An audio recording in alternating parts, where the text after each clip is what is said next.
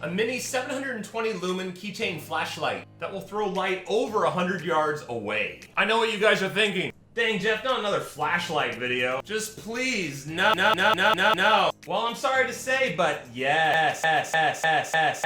I reviewed many flashlights in the past, but nothing as compact as this little sucker. It's the TIP2 keychain flashlight from NiteCore, and it's coming up next here, Gadget Jeff TV. Gadget Jeff TV.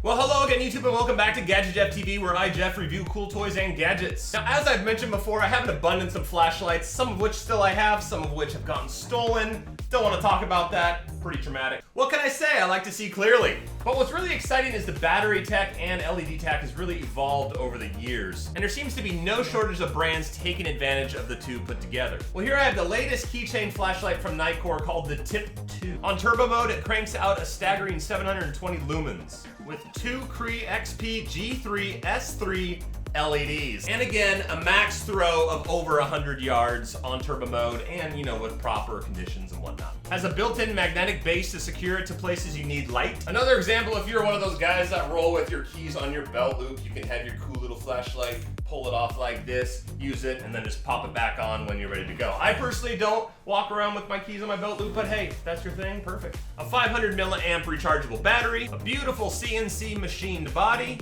and some advanced like power cutoff temperature regulation stuff that will prevent damage if this thing gets too hot, because you don't want to wreck a cool little gadget. Even has this nifty little clip here that you can use to secure to your backpack or your pocket, or what I like, the bill of my hat.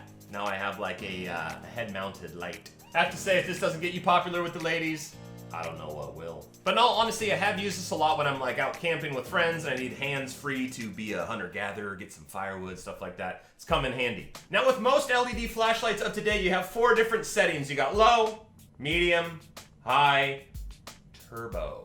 First, the higher the power output, the lower the battery life. On turbo mode here, you get about 15 minutes. But on high mode, you get about an hour and 15 minutes. Medium mode is 8 hours. But what's really impressive is on low mode, you get 55 hours, which this isn't a lot of light, but it lasts for a long, long time. And I found this to be adequate when I was out camping and there wasn't a lot of street lights or things nearby. This got me by just fine. As you guys know, I kind of live in a ghetto type neighborhood. There's not a lot of street lights nearby because I think budget cuts.